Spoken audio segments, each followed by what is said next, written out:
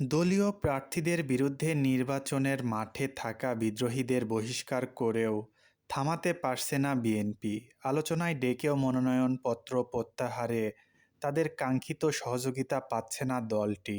প্রায় অর্ধশতাধিক আসনে বিএনপির গুরুত্বপূর্ণ নেতাদের বিদ্রোহী অবস্থানে চ্যালেঞ্জের মুখে পড়েছে দল মনোনীত ও সমর্থিত প্রার্থীরা। ঢাকা-১২ আসনে মহানগর উত্তর বিএনপির সাবেক আহ্বায়ক সাইফুল আলম নীরবকে প্রথমে ধানের শীষের প্রার্থী হিসেবে মনোনয়ন দিয়েছিল বিএনপি, কিন্তু পরে জোটের সমীকরণ বিবেচনায় বিপ্লবী ওয়ার্কার্স পার্টির সভাপতি সাইফুল হকের জন্য ছেড়ে দেয় আসনটি। এতে ক্ষুব্ধ সাইফুল আলম নীরব স্বতন্ত্র প্রার্থী হিসেবে মনোনয়ন দাখিল করেছে।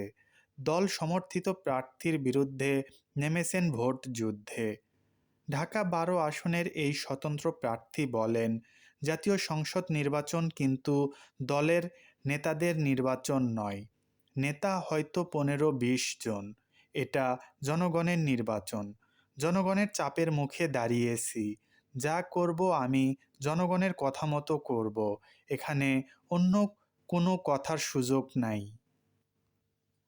এছাড়া কোনো কোনো এলাকায় আগে থেকেই জোট সঙ্গীদের সঙ্গে দ্বন্দ্ব স্থানীয় বিএনপি নেতা-কর্মীদের। চূড়ান্ত মনোনয়নের পর সেই দ্বন্দ্ব আরও বেড়েছে।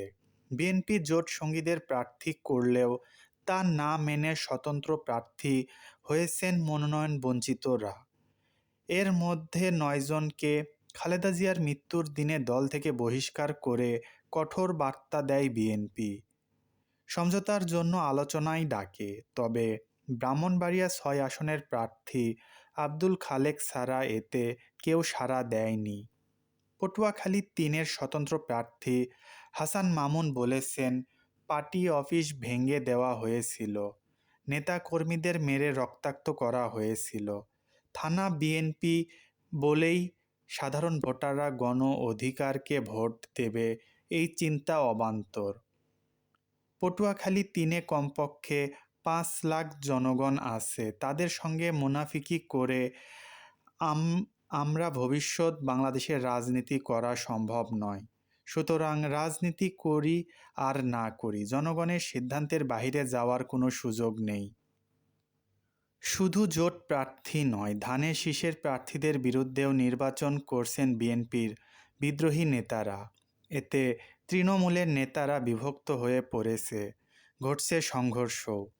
নাটোর ৩ আসনের স্বতন্ত্র প্রার্থী দাওরাই মাহমুদ বলেন, আমি মনে করি আমি বিএনপির পক্ষেই ভোট করছি, কারণ এখানে আমি ভোট না করলে যাকে ধানের শীষ দিয়েছে সে হেরে যাবে, তাহলে আমার দল হেরে যাবে। আমার বিশ্বাস যে তারা চিন্তা করে আমাদের ব্যাপারে সিদ্ধান্ত নেবে। তারপরও দল যদি সিদ্ধান্ত না নেয়, সেক্ষেত্রে আমাদের তো কিছু করার নেই। এমন প্রেক্ষাপটে দলীয় ও বিদ্রোহীদের লড়াইয়ের ভোট ভাগ হওয়ার আশঙ্কা রয়েছে। এই বাস্তবতায় ঢাকায় ডেকে এনে বিদ্রোহীদের সঙ্গে কথা বলছে বিএনপি চেয়ারম্যান তারেক রহমান। এ নিয়ে আঞ্চলিক ভিত্তিক কমিটিও করেছেন, কিন্তু হাতে গোনা ও কম গুরুত্বপূর্ণ স্বতন্ত্র প্রার্থীরা মনোনয়ন প্রত্যাহারে সম্মত হলেও বাকিরা এখনও অনড়। তবে বিএনপির শীর্ষ নেতাদের বিশ্বাস, আগামী ১ সপ্তাহের মধ্যে মনোনয়ন প্রত্যাহারের সংখ্যা সন্তোষজনক পর্যায়ে নেমে আসবে। বিএনপির স্থায়ী কমিটির সদস্য আমির খসরু মাহমুদ চৌধুরী বলেন, রাজনীতিতে শেষ কোনো শব্দ নেই, এটা একটা জায়গা পর্যন্ত থাকবে। আর মনোনয়নের প্রক্রিয়া শেষ হওয়ার পর দেখবেন সবাই দলের মনোনীত প্রার্থীদের সঙ্গেই থাকবে এবং কাজ করবে।